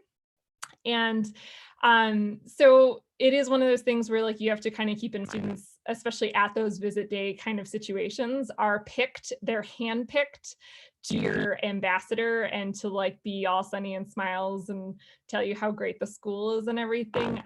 And you may not always be getting an honest look at the program. So to try to kind of seek out maybe opportunities to talk to students in a less official capacity, or, you know, if you meet people at, you know, these visit days, might, you know, ask if you can follow up offline, you know, or like, you know, via email or something like that, and see if give you a little bit more of a truthful picture of what you might expect. but yeah, other than that, I think, yeah, mostly just kind of make sure that you kind of understand, you know, the situation in terms of like actual like health benefits, things like that. Just, yeah, kind of the general stuff. Yeah, I agree with all of that. And going off of something that Robin said, I think actually the most important thing is, what are students who graduated doing right now? What does a typical job look like when you come out of this degree? Because I had a moment in undergrad where I was sitting in an econ class and I was the only woman in the class, and they asked us, what do you want to do when you graduate? It was like the last semester of my undergrad experience. And everyone went around the room and was saying like, oh, I want to be a venture capitalist and a stockbroker and work for a Fortune 500 company. And I'm just sitting there like, what am I doing here? This is not what I want to do. And now I've spent all this time, and it was useful, and I'm glad that I did it, but it was not, I wasn't there for the same reasons that other people were. And I wish I would have asked that question going into that department. So I didn't want to do that again in grad school. That was one piece of information that I definitely needed to make that decision, is what does a typical job look like? And can I see myself doing that? And another thing that you can look for is, what kind of career resources do these schools have? So coming out of undergrad, I didn't really feel very supported by the university as a whole. I had no idea what I was doing. I'm sure those resources were there. I just didn't know how to find them or who to ask. And I have such a different experience in grad school, where I feel like they're almost a little bit aggressive with how much they want to help you. And I get emails every single day like, we're here to look at your resume, just send it over. Or like, do you want to practice interviewing? Because we're here. And that has become so important. Like this week, we just started doing this accountability group. So every week we're going to meet with like a group of students, and a career staff meets with us, and we talk about what we're working on and databases to search for jobs. And it's awesome. And I think that's so important. So just asking about what resources or like what measures are in place to help you actually find a job that you want when you leave.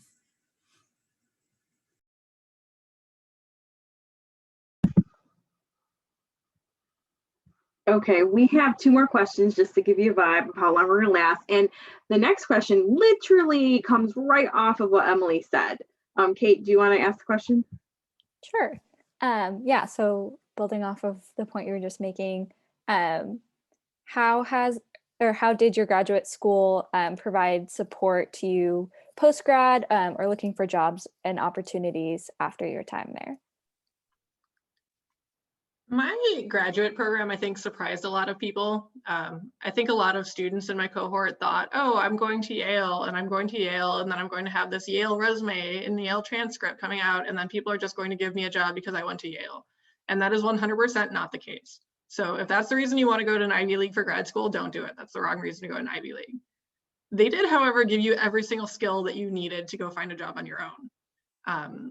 And my graduate program, like grad students don't take classes on Fridays, they just don't, at least not at Yale. But every Friday at 2 p.m., the director of career services for my program, she directed career services for my program. So she had 60 students, and it was 1 person to 60 students. And so that was a great ratio, right? And every Friday at 2 o'clock, she taught a different seminar on how to find a job. And it was like one week was on how to build a LinkedIn profile. Another week was how to work a room. Another week was how to write a resume, interview skills, right? And she offered those every single week throughout the whole year. And then you could take them twice, right? So you could do it your first year of grad school and then your second year. And kind of like pick up on those things that you maybe learned the first year, but didn't really quite. And also at my grad program over fall break, the first year, they take all of their grad students down to Washington, D.C. on a bus, and they put you in a hotel room, and it's all funded. They even give you like a stipend to eat out at restaurants, because Yale's ridiculous. They have deep pockets. And they taught us how to network, right? They put us in a room with like sort of a career panel like this with Yale alumni to like you had to like warm up and practice on those folks, right? Learning how to ask good questions and network with them. And then everyone had an assignment that you had to go find 3 people on your own to network with in DC, and they gave you a day and a half to do it. And they taught you how to set up meetings, right? So like I actually, I knew that I wanted to intern with the International Joint Commission the summer in between my 2 years of grad school, right? And when I was a student at undergrad at Michigan, I took a class called Global Water that was taught by Mark Gaydon. I'm not sure if is he still around? Yep. So, and he had a guest speaker once who was the senior policy advisor for the International Joint Commission. So I emailed him as a grad student and said, hey, I'm a grad student. He wrote me one of my letters of recommendation. I'm interested in working at the IJC over the summer. And he introduced me to the guest speaker from years ago at that point, right? Like 3-4 years ago. And then I was emailing with him, and then he set me up. And so I went on fall break, and Yale had paid for me to go down to Washington, DC, right? And I set up an in-person meeting with them. And I met with the director of the International Joint Commission, and I talked about my interests and why I wanted to work there. And by the time my resume landed on their desks in like a stack of resumes of people who wanted to intern there, they already knew they wanted to hire me. And that is the best possible situation you could ever be in, right? Because then you're not competing with anyone else. And I got the internship, and I built those professional connections at the IJC, and I still keep in contact with those folks now, and it helps me in my career. And it's just kind of interesting because it comes full circle, because in March of every year, first week of March, so luckily before the pandemic hit, there's a big event in the Canadian Embassy for everyone who focuses on Great Lakes policy. And if you're in the world of Great Lakes policy, you're at that event, right? And so it was like, grad school taught me how to, behave in one of those events, how to work the room, how to build a network. Every year I go down there and I see Mark Gaydon at that event, the professor who wrote me a letter of recommendation. I see my boss who, supervised me when I was an intern in grad school. And, the last time I went, I was there to staff my boss, the director of the National Ocean Service, and walk her around the room and introduce her to all these people I already knew, right? So that was a long-winded story, but that's kind of how it worked for me in terms of finding a job.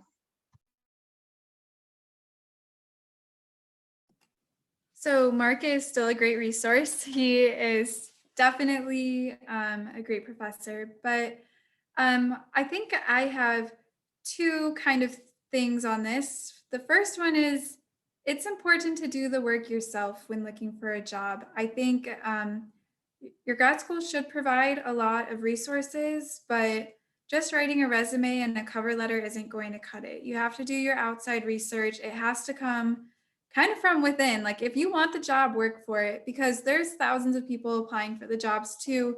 But what your grad school resources should do is help you learn how to advocate for yourself. And so as a student at SEAS has somebody that you can write to and say, like, I'm looking for some resume and cover letter help, and you make an appointment and you workshop it. SEAS has the Career Center, which has, or UMich has the Career Center, which has example resumes, example cover letters. You can go to practice interview sessions.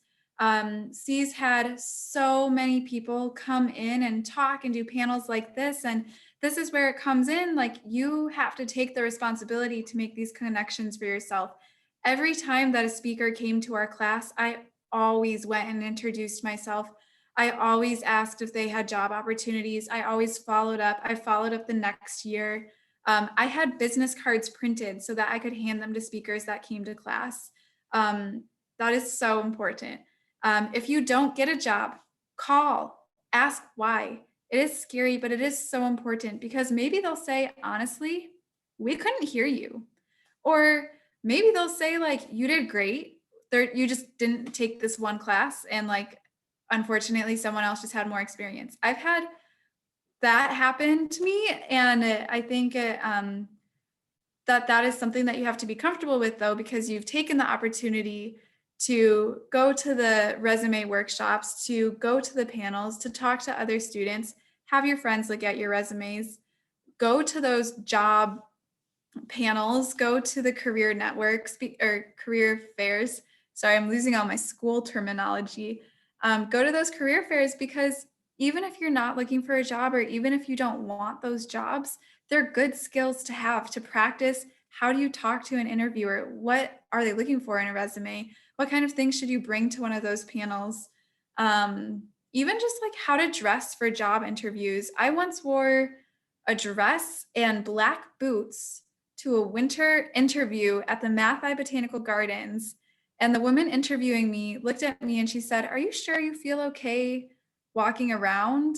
And I was like, "Oh yeah, it's fine. I love the outdoors." And I was in a dress and black boots. I was so overdressed for the interview, but I got the job because I was honest. I was myself. And so I think you have to keep doing all of those things, or else, I mean, what's going to make you stick out from others? So I think if there's resources, take them. They'll look different at every school, but I mean, at least at C's, and it sounds like at Yale, they do a great job of presenting the resources. It's up to you though to take those opportunities. Yeah, I think similarly, like there was a lot at my grad program to do with like resume reviews and that sort of thing. Everyone had to take a communications class, which I loved. A lot of that had to do with like your elevator pitch, you know, your quick 30-second, this is about me, when you go to meet and network people. And it was kind of a joke in our program that everyone was just screaming, network at you all the time. I would say that I didn't get a lot out of any of that. Despite their intentions, I didn't think it was very quality instructions for me. So I kind of just like learned by doing. And I graduated. There really wasn't any support offered after graduation, except for like, you know, we got health benefits for a couple extra months, which was nice.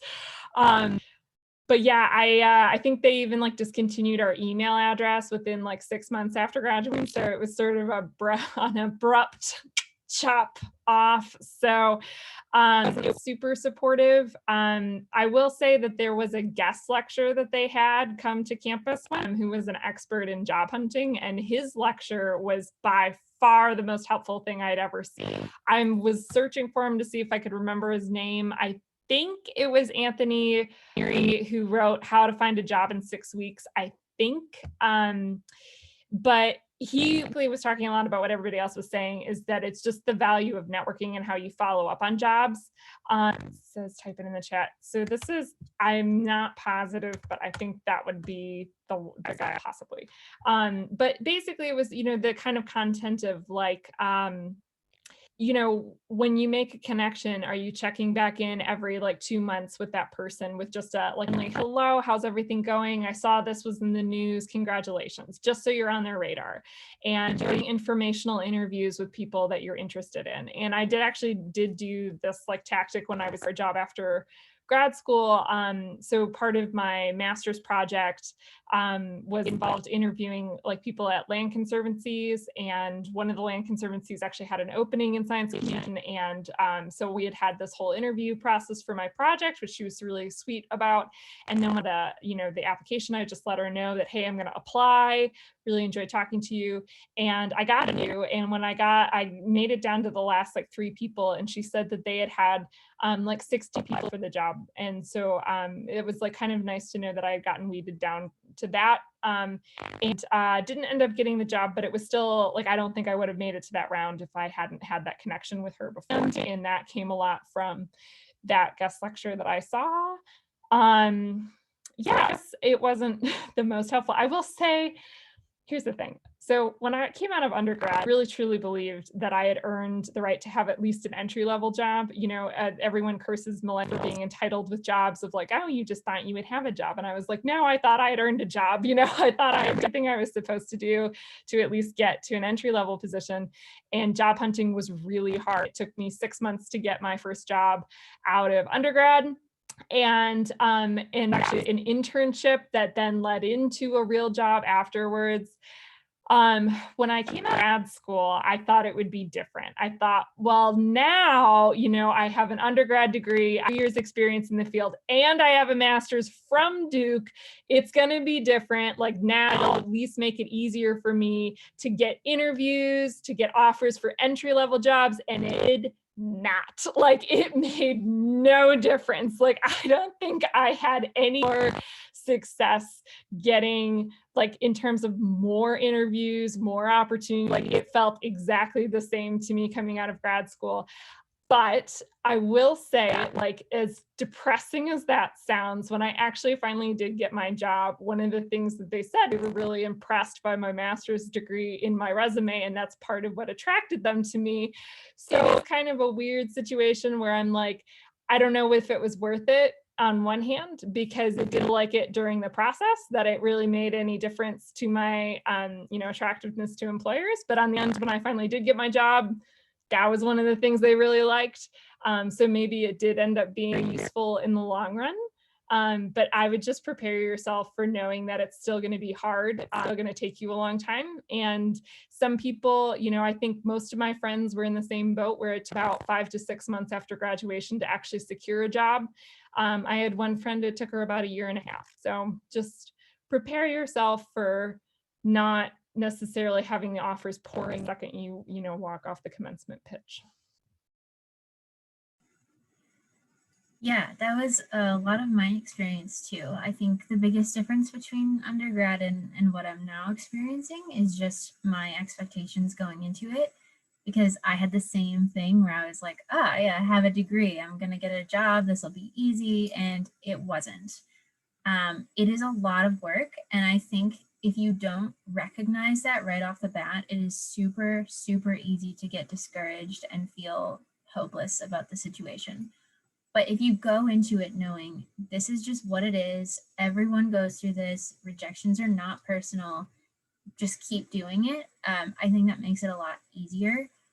And yeah, I mean, as far as what Kate said too, I think you do have to take a lot of responsibility yourself, because all of the things that grad schools can offer you are great, but ultimately you have to be the one to do that. And yeah, I think just expectations are super, super important, but also do take advantage of all the things that they offer you, because while you find a job yourself and you have to be the one to advocate for yourself, it doesn't hurt to take advantage of any and all opportunities to get better at that process. But still, even doing that, don't expect to get a job right away. You will eventually.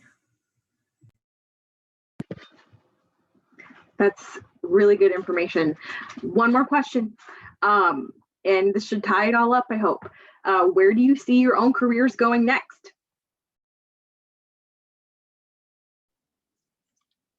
So that's a pretty poignant question for me right now. So the job that I'm in is a job that most people only do for a few years, and people use it as a springboard, right? So you get to work with leadership, you get to see how a whole government agency functions, but it's pretty, it's a 60,000 foot level is where my career is. So now it's kind of time for me to do that self-reflection and see what I really want in life, and then leverage the opportunities that I've had in this position to kind of make my next move, right? So it's all the things I've been talking about so far, right? I have a skill set, I've developed my networking skills, and then, figure out where to go from there. I work in NOAA. I think it's a fantastic agency to work for. I've had, in terms of government agencies, if you're interested in working for the US government, I worked for the National Park Service, I interned at the State Department, I was a Peace Corps volunteer, and now I work at NOAA. And I love the culture at NOAA. It is a fantastic agency to work for many different reasons. So I plan to make a career staying in NOAA, but I think my next step is to look at kind of digging back down into the weeds, right? And working kind of at the project management level, and gaining more ownership of the work that I do, because a lot of what I do is coordinate other people right now. So I'm looking to kind of take my skill set to the next level. But that to say, like, it's easy to look back on your career and be like, oh, I made all these strategic moves to get to where I am. But also a lot of it is like, it's really easy to say that after the fact, but it didn't necessarily feel that way. And just make sure that, as you're planning a career, that you take bold moves, right? Because when I graduated from Yale, I wanted to go work for the US government, but I graduated, just a few months after President Trump was inaugurated, and he implemented a hiring freeze across the entire federal government, which made it very difficult for people to get jobs. And especially even all the people who would have gone to work for the federal government are now looking for jobs elsewhere, right? So it kind of like, sent a ripple effect across the entire job pool. But I landed a great job, and I was working in a research a research lab at MIT in the Department of Economics. and I was doing great work and it was interesting to me. But then I got a fellowship to go to NOAA, and I gave up a full-time permanent job with a pension, which is so rare these days, to go take a fellowship that paid me a living stipend in DC. And it was like, well, do I take this bold move? You know, is that a smart thing to do? And I'm so glad I did it. You know, MIT was great. I loved working there, and nothing bad to say about them, but it's just, I found the place where I always wanted to be, right? So you got to be bold and willing to take some of those risks, but it, you know, it helps to fall back on skill sets and knowledge and networks that you've built along the way, so that you don't feel like it's such a big risk when you actually have to take the leap. I also just want to put a plug for NOAA. It is an incredible organization, which is something that I didn't realize until last year, talking with more professors. And I told my one professor, I was like, hey, I'm kind of interested in this. And he said, you should meet so-and-so person who works for NOAA down the street. And I went and talked to her, and she talked about how she did media and all this communication stuff, and then all of a sudden just like applied to NOAA to do something barely related to that, but still kind of related. And so NOAA's awesome. I tend to not think of my life in terms of a career path. I think that my career is working with the environment and working to educate people to understand their impacts on the environment and what they can do to improve it, whether that's education or directly improving policy or working as part of a team to remove invasive species. It's all kind of part of the greater picture of environmental management. I think pursue your passions. If you have, I guess, the capacity to be able to take whatever job you want, don't focus on the salary, which again, that does impact some people. And so, you know, be aware of that. How will you be able to live on the salary? And if not, maybe that's not the right job. I think that has been something that's really important to me. If I've seen a job that I've like been kind of interested in, I've applied for it. This year, like I said, I applied for the Peace Corps. I applied to work with the Huron River Watershed. I pursued jobs in Hawaii and Spain, something doing global reef conservation, teaching, just because I was interested in them. And I think that's how I'm going to keep pursuing this. I'm really lucky now in that the NOAA Coastal Management Fellows typically get hired by their agency. And so my mentors have already implied that I might be hired after these 2 years. That seems like a long-term commitment to Maryland, which I'm not sure if I'm emotionally ready to make. But it's a really awesome thing to take advantage of those opportunities. And if not, I know that I'll look for things that lie within my interests, and always using the LinkedIn career search option. I am addicted to LinkedIn. If anyone wants tips, I got them.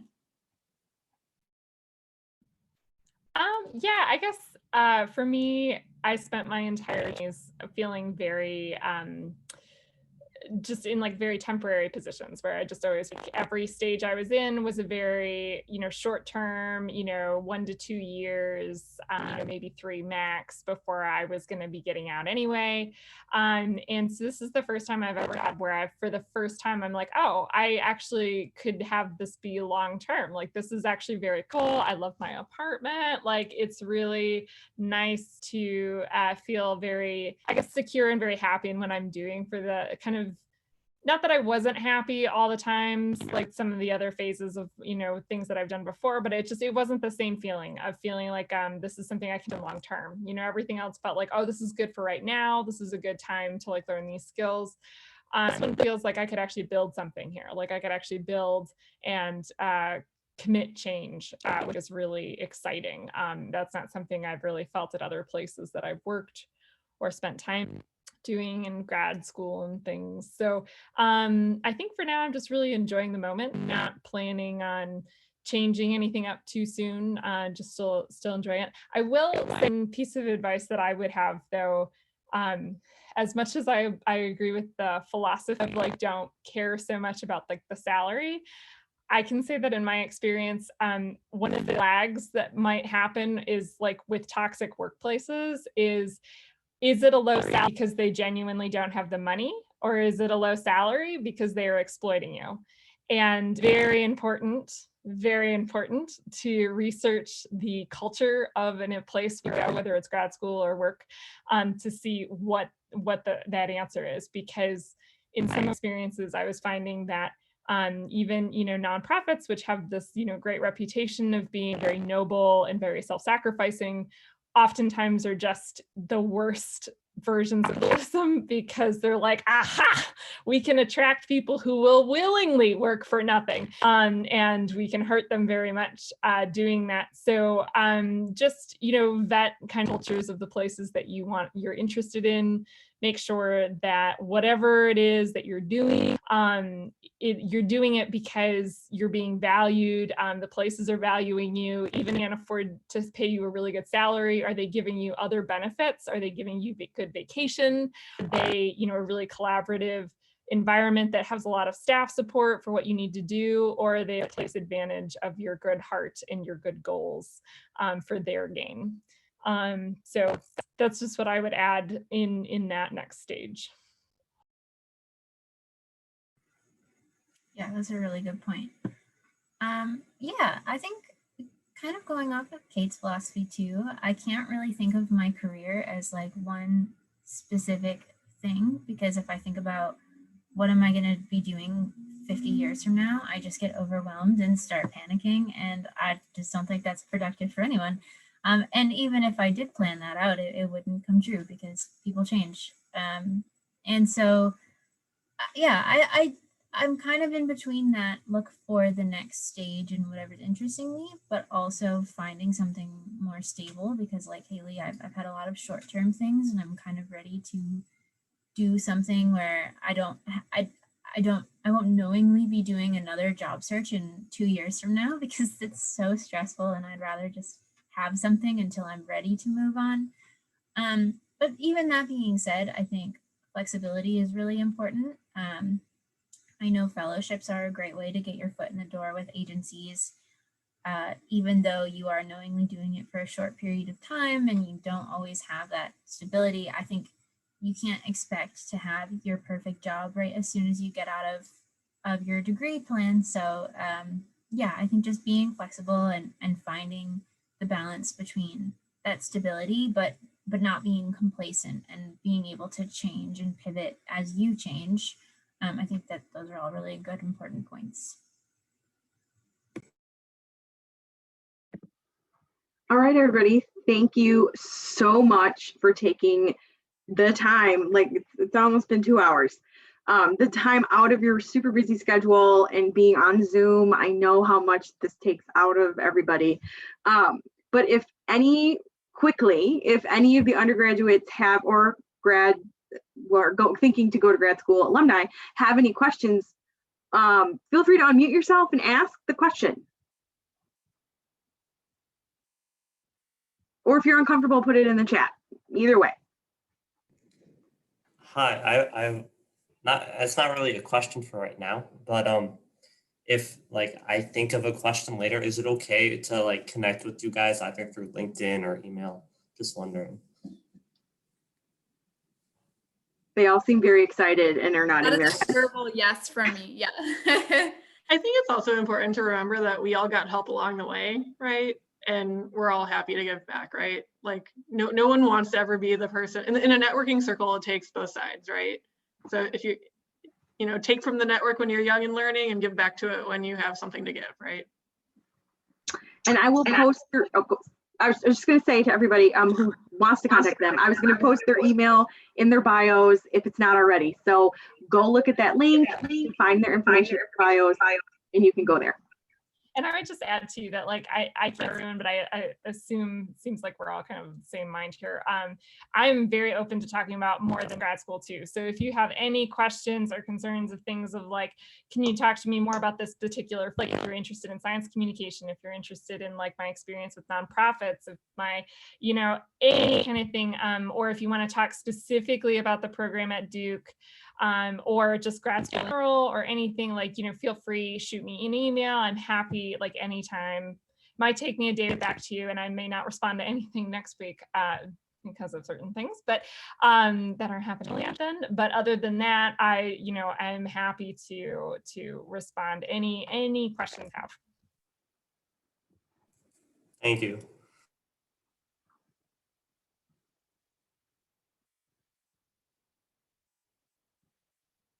Okay, well, did I somebody was gonna say, Jamie, did you want to ask, like, I think one of the questions you sent us ahead of time that was really interesting for me to read that we didn't get to today was just about the work through undergrad versus grad. And I don't know if that would be helpful for people to hear about, but for me, like, grad school was way significantly less work, like insanely easy compared to grad. Like, it was just, I was shocked. I was like, it was so much I was worried about it all. I think a lot of people build grad school up into their minds as this like big monster, challenge and stuff. It might have just been the program I went to, but it was it really, really not. Like, I was far more stressed, far more pushed, far more, I just found my undergrad far more demanding, far more.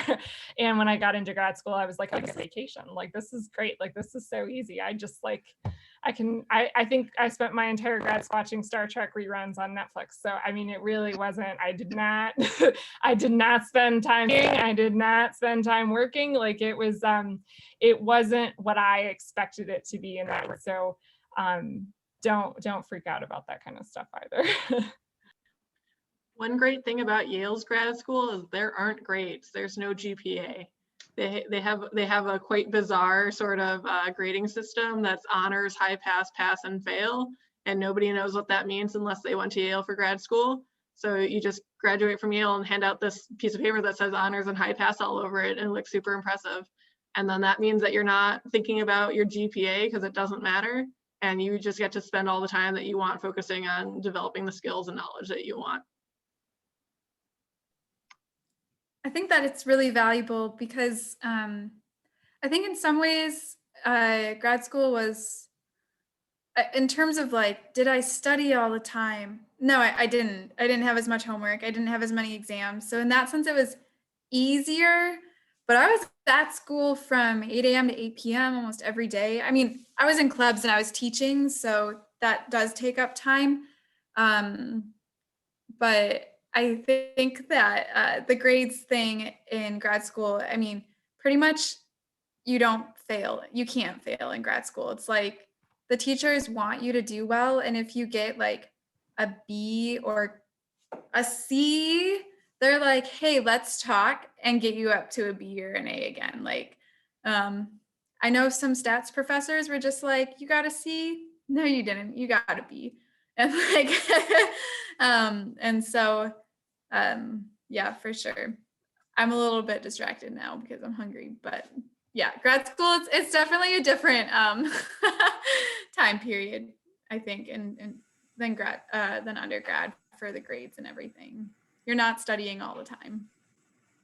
And I think one thing that makes grad school a little bit easier too is that every class is something you're interested in. You don't have all those requirements that you're like, man, why am I taking Eastern European cinema because I need to fulfill this like very specific requirement. Like, it's not like that. Every class is relevant and every class is interesting and they all build on each other.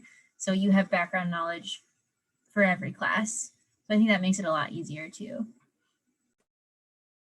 Yeah, and that's also why like the time management I feel like was a lot easier in grad school. Like I think another part of it was that when I was in undergrad, I was learning all this the first time. So it was like really overwhelming. And then in grad school, like I was continuing a program that I had already like specialized. So like I knew everything in those classes, and a lot of the classes that I was taking, a lot of my peers had never taken environment before. So they had to structure the classes in a way where like people who no background in the subject could understand it. But for someone like me, I was like, oh yeah, metapopulations, like so easy. And it was like for everybody else around me, it was like the first time they were learning about it. So it was a fairly basic, overview. And I was like, Eco 101 covered this. I'm good. I don't need to study. So I think, that's part of it too. Is you just end up having more time to do other things because you really don't have to try very hard in grad school for master's.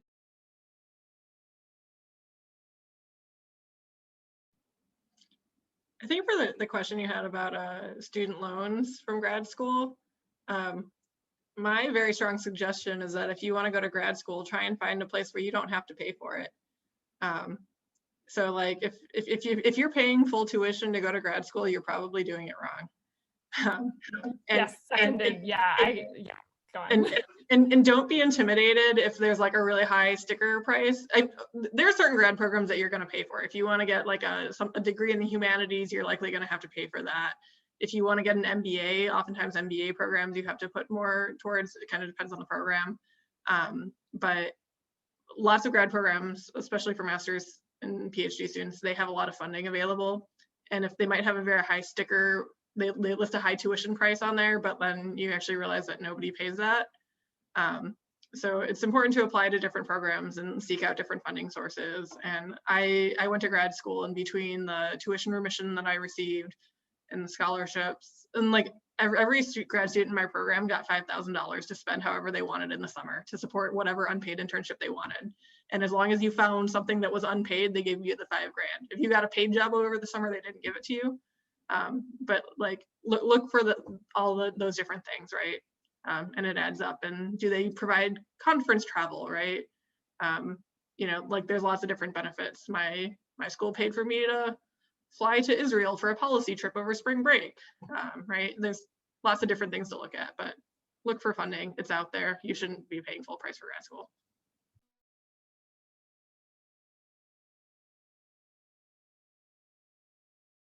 Yeah, I actually I delayed going to grad school for a year for that exact reason. Like the places that I applied to were offering, like I got accepted, but they only offered me like a small amount, and I really don't think that's worth it. So I ended up like rejecting the offers. And then the second year, Duke offered me a pretty sizable scholarship, and between the money that they were giving me and the money that I was able to earn while I was at school from being like a GSI and things like that, I was able to pay the whole thing off without taking out a single loan.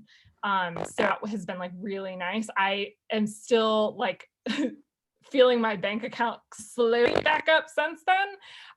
But it's so much better than a carrying debt, right? Like it's significantly better to be poor for a while without debt than like insanely in debt. So yeah, I would definitely agree. Don't ever go to a grad program without having significant funding, or at least having them give you options for funding once you're there.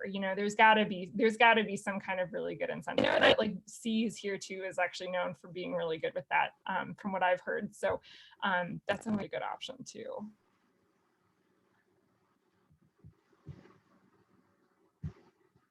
Any more questions from anybody? All right, well, this concludes the graduate school panel. Thank you all for coming. It's been a pleasure for me, and I hope you enjoyed yourselves and got to know everyone a little bit. So we'll be in touch.